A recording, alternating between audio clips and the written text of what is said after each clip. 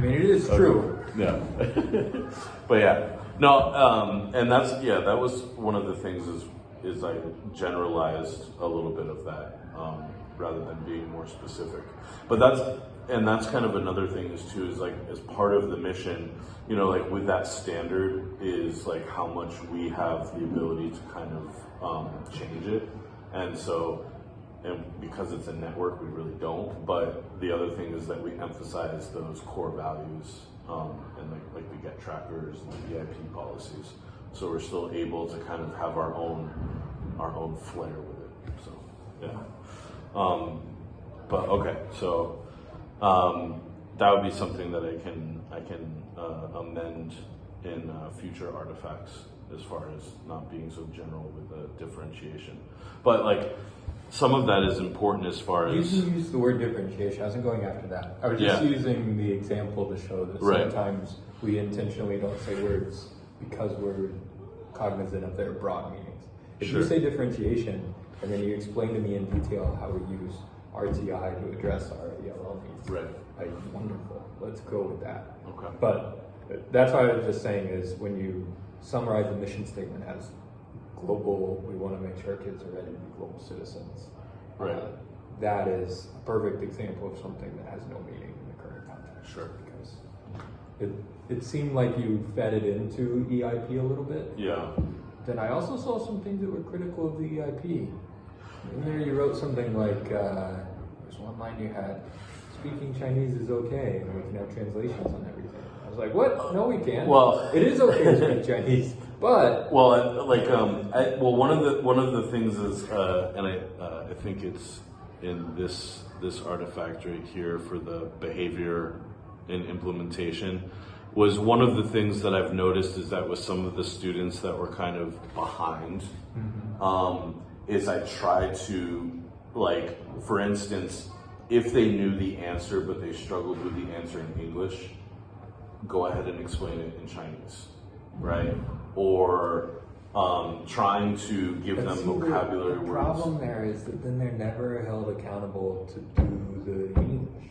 Yeah. So if you can't have the norm that if you don't know, then you just switch. Well, it has to be a controlled, and this is the policy we've always had, it has to be a controlled, structured use of the language. Right. So you have to be able to tell the teacher, don't know how to explain this in English, can I please use Chinese? And then the teacher could say, okay, you say it in Chinese, and this student is going to translate for you, and then you're going to confirm that translation and give it back to me. Okay, all right, yeah. Yeah, it wasn't meant to be sort of like a blanket statement that like we can just use it whenever, but it should also been more specific that like trying to use it as a differentiation tool for those students who are struggling, but like just kind of need that like extra push. And that was sort of like, gotta be strictly controlled though. Right. Yeah. This is where so many schools lose their step. Yeah. And the thing is, it hurts the kids too, because the kids that come in able to speak English, they will keep going up. Right. And the kids that can't will just become more and more reliant on translation. Sure. And they'll never develop, especially with AI now. Like, we can't give them an English reading. We can't give them read theory at home. Yeah. Like, we cannot force kids to learn English anymore, but we have to. And the only way you can do it is in the classroom. Okay. So AI and technology, maybe like here you have like, they have to make notes and translate vocabulary in Chinese. Sure. That's fine. But they have to produce not just the final product. They have to be able to explain it in English. Well, that's the thing is like, and also because of the the pace of say for AP Economics, it is very fast moving, and so that's where it's finding sort of the like purposeful ways of using it as a bridge to get them over. So like for Unit 4, I did the vocabulary pack that also had the Chinese translations, but I didn't use it for any other units after that. So one of the things that I decided instead was like when I would give quizzes, I would let them use open notes because then I wanted to see how well they were taking notes as sort of like a homework check, being like, you know, if you read the PowerPoint, if you did the guided notes, then this quiz should be easy for you. And so, yeah, just trying, like, so this year was kind of just trying to find like different ways of getting some of those students to kind of like focus in on, like, you know, the rigor of the program. So yeah, but yeah, I didn't. So I'll make a note of that like not to make general comments or statements. But how do you feel like all the other artifacts, and even sort of like with this the teacher parent communication? You didn't go into these quite as much. Yeah, so this one I just uploaded as far as a teacher checklist, and I emailed this to Melissa yesterday as well, just because she wanted that in the meeting yesterday. But basically, this I guess would be an emphasis more for new teachers coming in for next year, and something that we could maybe put in the handbook as well is basically, when you're preparing for a lesson or maybe even just a unit, do we have these kinds of things covered, so that way we can kind of build sort of the good routines, and sort of going back to that exceptional teaching is like the sort of expectations that we have for teachers to prepare the lessons for kids. So and then also with the parent checklist was just to make sure, you know, oftentimes, like, you know, this year I really like the fact that we had those sort of introduction emails. I'm not sure how all the other teachers did this year, but for AP, I really tried to focus on every unit, making sure, like, hey, we have a quiz coming up or a test, and then we're going on to the next unit. And especially with the mock exams, letting the parents know that this is what we're doing. And then obviously there's those individual emails with specific parents. So I'm hoping that maybe this checklist can also be useful for teachers, just to be like, you know, am I making sure that, like, if this student is struggling, I'm communicating with the parents to let them know, and not just kind of like waiting until the very end of the year of like, why is my son or daughter failing, or, you know, something like that. So. And one of the things that we're going to do is make it a norm. We talked about this before, but emails at the beginning of every meeting. Yeah. So in our chair meetings next year, that's one thing we're going to have is to model it. Is at the beginning of every chair meeting, we will all send one email to some parent about something. Okay. And then in your departmental meetings, we want to do that as well. Because I think that's also important in here is getting out some of the individual communication to the parents. And you're very responsive, and you give them the units, and parents are very clear on what's going on in your class. We need more teachers getting like that as well. Okay. And then anything from I have a meeting with Phil. Let me see if he's out there. Okay. All right. Come back. Hey, Phil.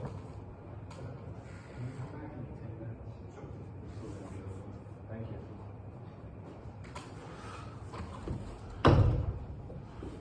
Sorry. No, if you recorded the first 20 minutes when I broke down the whole basis philosophy, maybe it would be okay.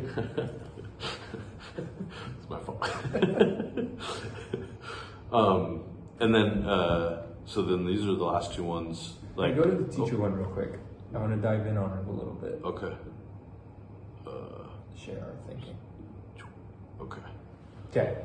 So when I look at these, a lot of these are also these broad terms that are important for us to think about. But so let me ask you for rigor. Yeah. What is rigor not that some teachers come in thinking it is? What do you mean by that? Because I think one of the challenges is, like, when you say rigor, a lot of teachers interpret their class as being rigorous when it's not. Do you notice that in any of yours? As far as when I'm teaching my class, or any teachers that you observe. I guess that for grade 6, 7, and 8, that's kind of a little harder to identify because a lot of them are still learning sort of those basic skills. For AP, I guess what I look for is, like, is this lesson or is this activity going to help them? Is it a step in helping them prepare for that exam? And so sometimes Yeah, I've noticed that, maybe some teachers kind of phone it in a little bit, where maybe the lesson is just trying to get through the day, rather than actually like, this is going to set you up for success for tomorrow and for the rest of the unit. Now, connecting it into the AP, I would say in general is more of a curriculum alignment. Yeah. Because if you're just targeting the test, then it's not necessarily academically rigorous. And I think this is actually one of the first year, I think our challenge was, and last year, and often with new teachers, right, is exactly what you just named is the main problem, is they're not even teaching things that are going into the exam or that are actually in the course. Yeah. They're just teaching the same topic at a not AP level. And when we tell them it should connect to the test, they don't view that as because that's the level. They view it as, well, you're test focused. No, I'm rigorous. So I see what you mean there. Yeah. Getting them to the AP level is the first question. Sure. Yeah. But the other thing that we have to be careful of is rigor doesn't just mean difficult, and it doesn't just mean a lot of work. Okay. Because that is, once teachers get to that point, then some of them just start giving a bunch of homework. Right. Or they give really difficult things, and when students say this is so hard, they just say, well, it should be hard. Yeah. Because educationally that's correct, yeah, it should be. But it has to be purposefully hard. Right. So when we're looking at rigor, I think that's another. So, and what I want to get to is here, when we think about not just what we're helping them do, but what teachers sometimes do thinking that they're getting this is dangerous. This is one that we get a lot of questions about. So would this be maybe higher level questioning? Now you don't have to put the things in. Yeah. What I'm saying is having counter examples. Right. Things that are not academic rigor. Okay. That aren't necessarily bad things, they're just not academic rigor is important. So that we're very clear. More homework doesn't mean more rigorous. Right. Okay. Less homework also doesn't mean more rigorous. Right. But just saying they do a lot of work doesn't mean that it's a rigorous thing. Okay. Student-centered learning. In your department, I think we have some problems with teachers saying, well, I'm doing this in a student-centered way. Yes. As an excuse for bad teaching. Sure. Right. When you say sure, what do you think of here? Let's see if we're aligned in our... Well, one area is a lot of teachers lecturing too much and not breaking it up. Would they say that's student-centered learning? No, I'm saying what they're doing badly, right? But I want to know, some teachers do things badly. Yeah. And then they say it's student-centered learning. Yeah. They use it as an excuse. I'm trying to think of something that I would have seen in the observation. Well, one is I do see lecturing, but then there's a worksheet, right? Or there's something on AP Classroom that they give them, but there's no guidance as far as what it is they're doing, right? So they're not bridging it to what is that activity is going to be and what it's going to look like at the end. Or sometimes they just have them do something and then kind of just walk around the room, but that's just again maybe something that they're doing just to get through the class, rather than having it be purposeful. So for one of the things for instance with Annie has been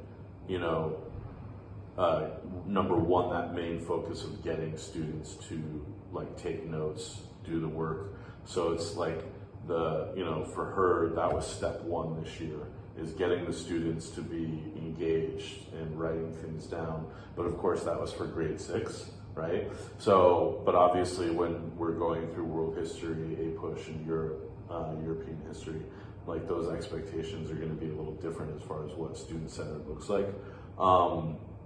But yeah, so I mean, as far as having students as long as they're, I don't know, I'm trying to think of a specific example, but I'm a little lost right now. No, what you just described, the two examples you gave are exactly what I think of as teachers thinking they're being student-centered and not. Okay.